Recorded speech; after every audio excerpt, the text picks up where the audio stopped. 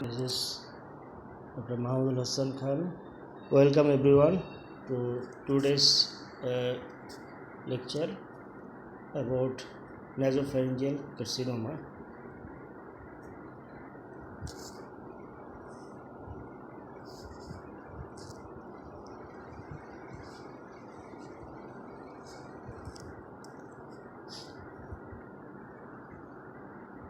Introduction. The commonest site of origin is fossa of Rosenmuller in the lateral wall of the nasopharynx. It can spread into the cranium through foramen lacerum and causes involvement of various cranial nerves. Lymph node involvement is common because of rich lymphatic network in nasopharynx. So everybody should remind about the fossa of Rosenmuller, which is the commonest site of origin of this cancer. For early diagnosis, high index of suspicion is required. Among the nasopharyngeal malignancies, common is the nasopharyngeal carcinoma, that is the squamous cell carcinoma. Another carcinoma also lymphoma, also salivary gland tumor of the nasopharynx such as adenoid cystic carcinoma and rhabdomyosarcoma in children.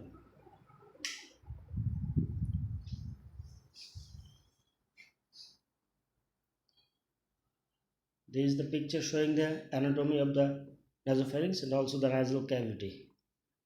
Anteriorly, the nasopharynx opens into the nasal cavity, and superiorly there is the skull base, and inferiorly it opens into the oropharynx, and anteriorly there is the palate.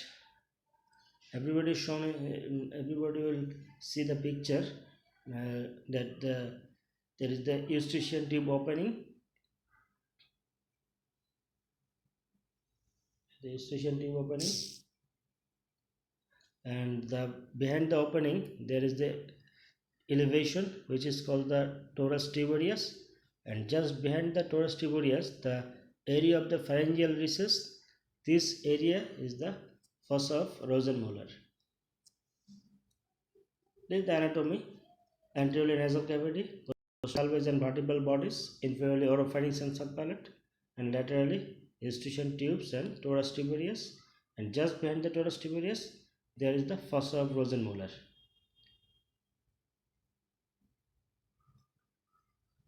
The pharyngobasilar fascia provides the structural support of the nasopharynx. It acts as a curtain and opens anteriorly towards the nasal cavity. Superiorly, the fascia fixed to the skull base.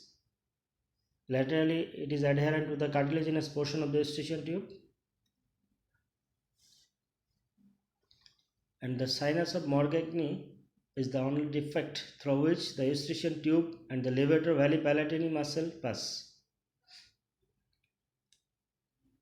There are 4 spaces around the nasopharynx lateral to the pharyngobasilar fascia, which includes the masticator space situated in the infratemporal fossa, the parapharyngeal space, the carotid space, and the parotid spaces.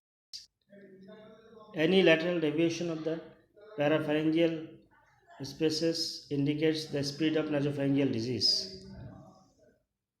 In the mucosa, the nasopharyngeal mucosa is covered by stratified squamous epithelium and also pseudo-stratified columnar epithelium, and the origin of the cancer from this tissue.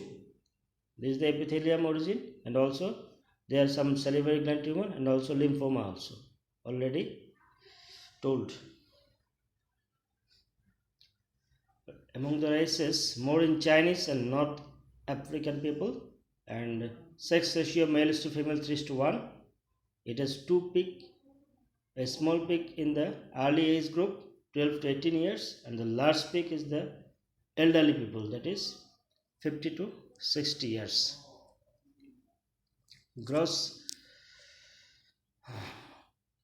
Grossly, it is 3 types: proliferative, ulcerative, and infiltrative type of cancer. And histologically, 85% of the cases are squamous cell carcinoma, 10% are lymphoma, and 5% are mixed. Among the etiology, it is three etiologies such as genetic, viral, and environmental.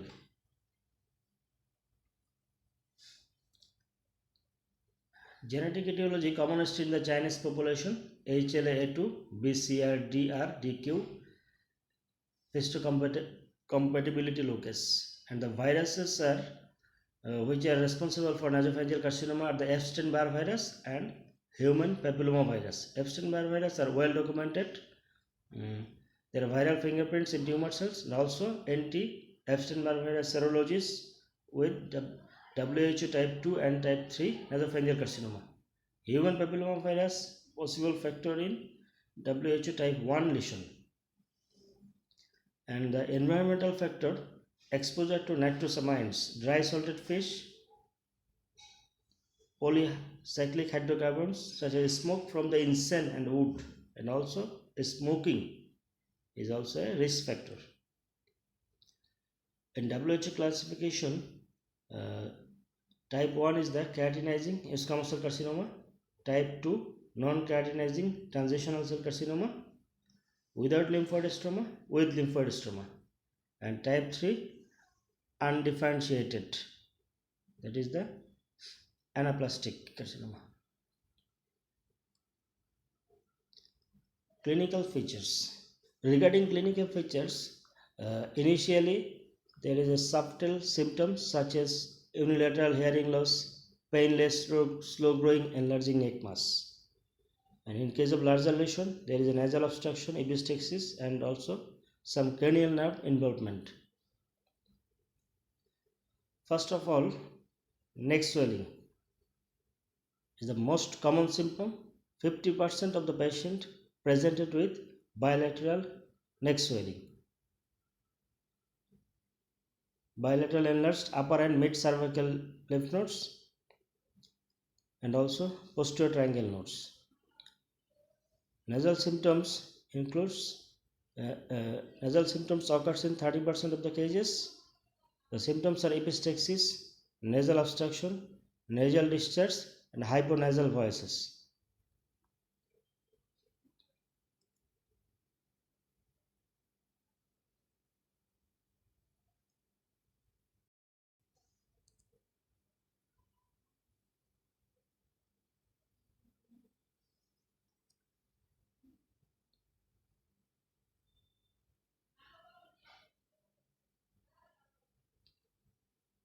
And the otological symptoms includes it occurs in 20% of the cases. It includes conductive deafness, tinnitus,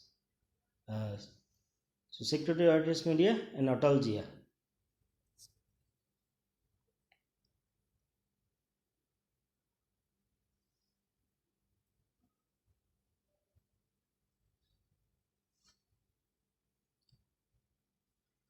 And fourth of all, ophthalmological symptoms. It occurs in also 20% of cases. There is a proptosis, occurs due to orbital invasion, and the blindness due to involvement of the optic nerve. And xerophthalmia due to greater superficial petrosal nerves, facial pain due to involvement of trigeminal nerve, diplopia due to sixth nerve involvement, and ophthalmoplasia due to cranial nerve 3, 4, and 6. This is also called occurs due to cavernous sinus or superior orbital fissure involvement. And Horner syndrome also occurs.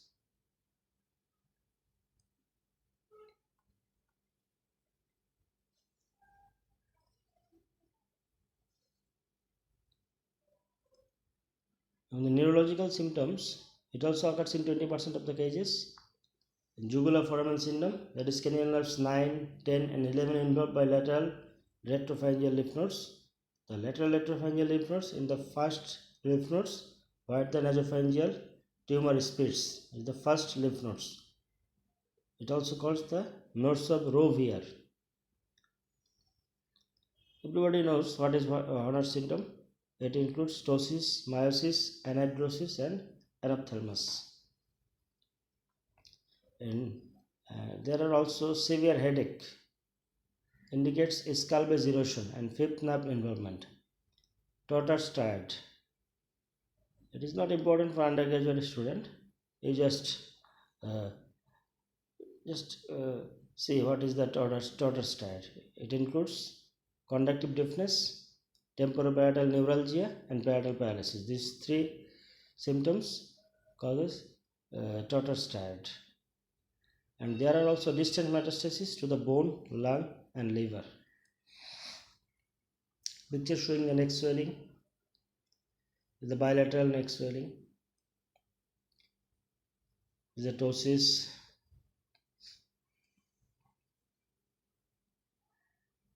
the meiosis, and this is the diagrammatic picture showing the spread of the tumor and causes different symptoms. When it extends into the foramen, lesser and ovally, it causes the following. It causes that cranial nerve 3, 4, 6, and 5 nerve involvement and causes ophthalmoplegic symptoms and facial pain.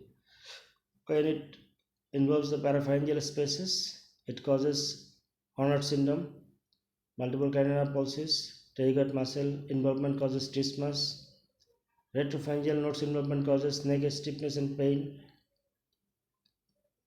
eustachian tube involvement causes serous otitis media, and nose and orbital involvement also causes nasal obstruction, epistaxis, proptosis, and distant metastases such as secondaries to lungs, liver, and bones. From the diagnostic evaluation, clinical examination of the nasopharynx is the main diagnostic evaluation.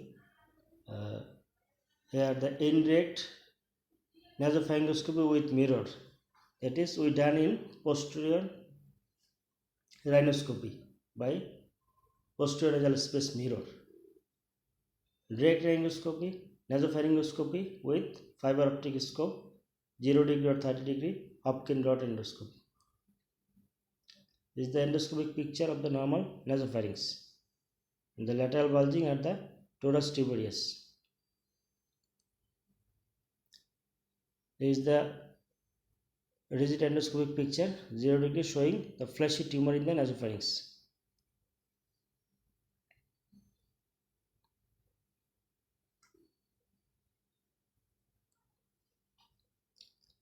Radiological evaluation helps to make the correct diagnosis, help to know the disease stage, help to determine the target value of radiotherapy, and also evaluate treatment result and follow-up. CT scan helps to identify the extent of the tumor, neck node involvement, and skull base erosion. MRI is the radiological modality of choice, determine if any intracranial extension of the tumor involves the brain, parenchyma, or the cavernous sinus. MRI is more acceptable than CT scan for displaying both superficial and deep nasopharyngeal soft tissue and for differentiating tumor from soft tissue. This is the CT scan of the nasopharynx. You see the left side of the nasopharynx, there is a tumor.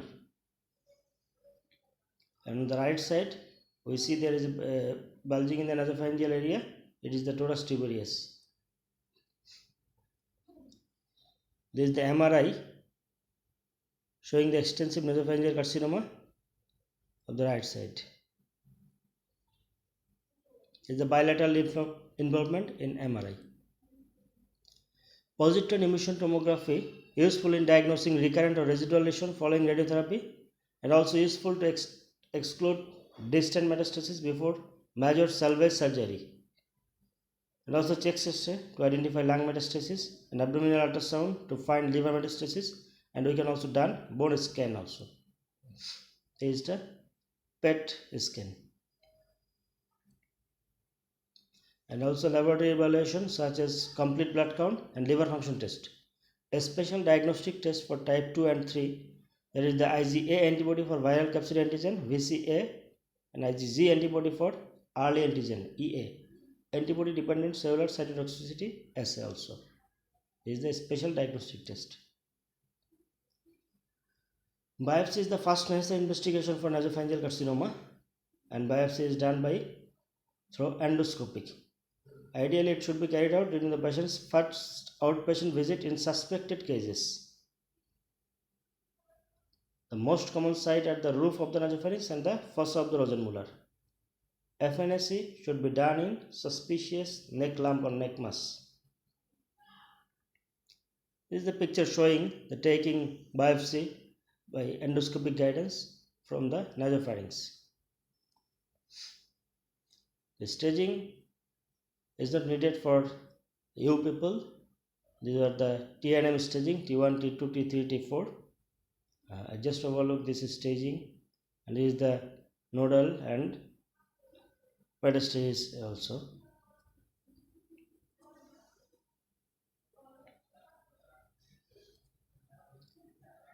Everybody should remind this slide, and it is very important for your examination also. What are the treatment modalities? Treatment modalities. First, the treatment of choice is the external beam radiotherapy is the primary treatment modality of choice. And second option is the chemotherapy. Chemotherapy is always given with combination of radiotherapy in advanced diseases. Chemotherapy is believed to act as a radiosensitizer and reduce the chance of distant metastasis. In surgery, the rule of surgery is to salvage the local and regional failure. The options are the nasopharyngectomy, radical neck dissection, and also brachytherapy. And the fifth one is also the immunotherapy against the Epstein-Barr virus.